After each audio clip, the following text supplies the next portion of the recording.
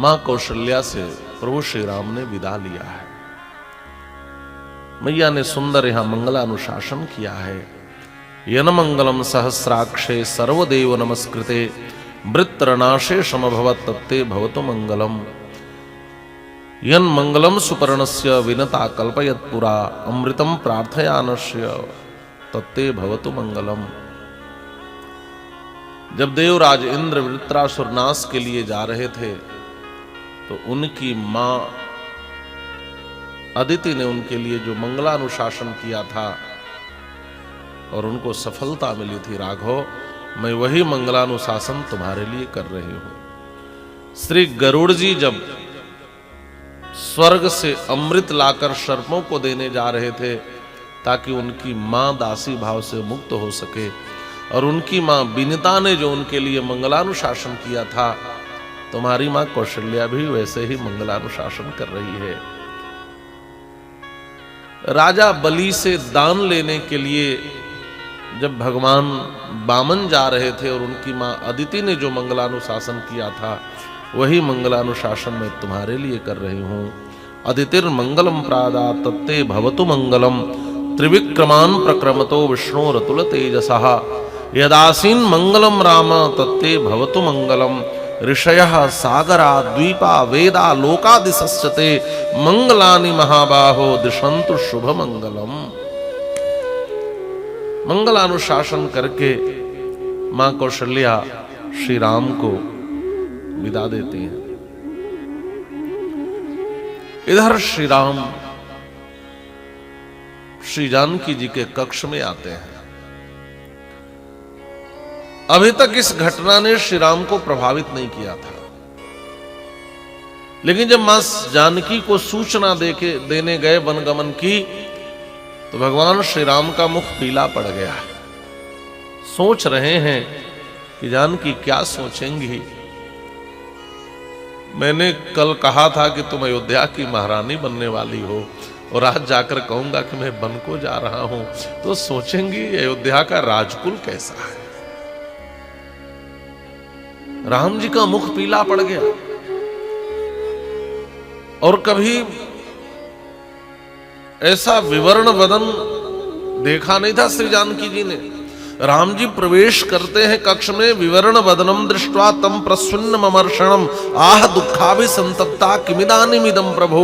राम जी के पीले पड़ चुके मुखड़े को देखकर दौड़कर श्री जानकी जी अपने कक्ष के पर्यंक से उठ करके आई और पूछने लगी, प्रभु क्या हुआ, आपका मुखड़ा पीला क्यों पड़ा है।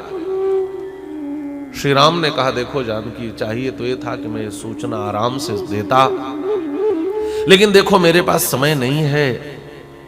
मैं अपने पिता के वचन को सत्य करने के लिए 14 वर्ष के लिए वन को जा रहा हूं।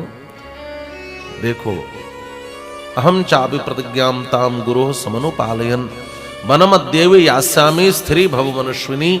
और तुम अपने को स्थिर रखना। कलम उत्थाय देवानाम कृत्वाम पूजा यथा विधि, कृत्वा पूजाम यथा विधि वंदितव्यो दशरथः पिता मम जनेश्वरः।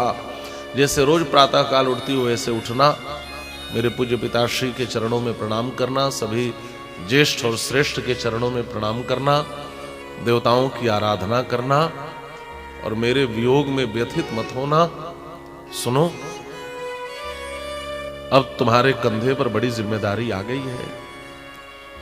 देखो, मेरे पिताजी बहुत दुखी हैं, माताएं भी दुखी हैं, और मेरा भरत और शत्रुघ्न भी अयोध्या में नहीं है।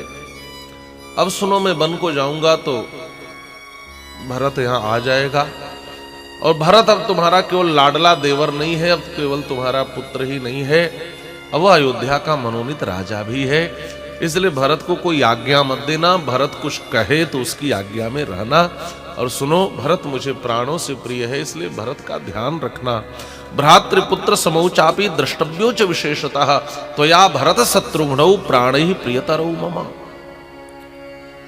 श्री जानकी जी ने कहा, हे आर्यपुत्र, आपने एक ऐसे सोच लिया कि आप वन को जाएंगे और मैं अयोध्या में रहूंगी, आप पर्णकुटी में रहेंगे और मैं राजमहल में रहूंगी, आप कुश की शाथरी पर शयन करेंगे और मैं सुफेनिल गद्दों पर विश्राम करूंगी।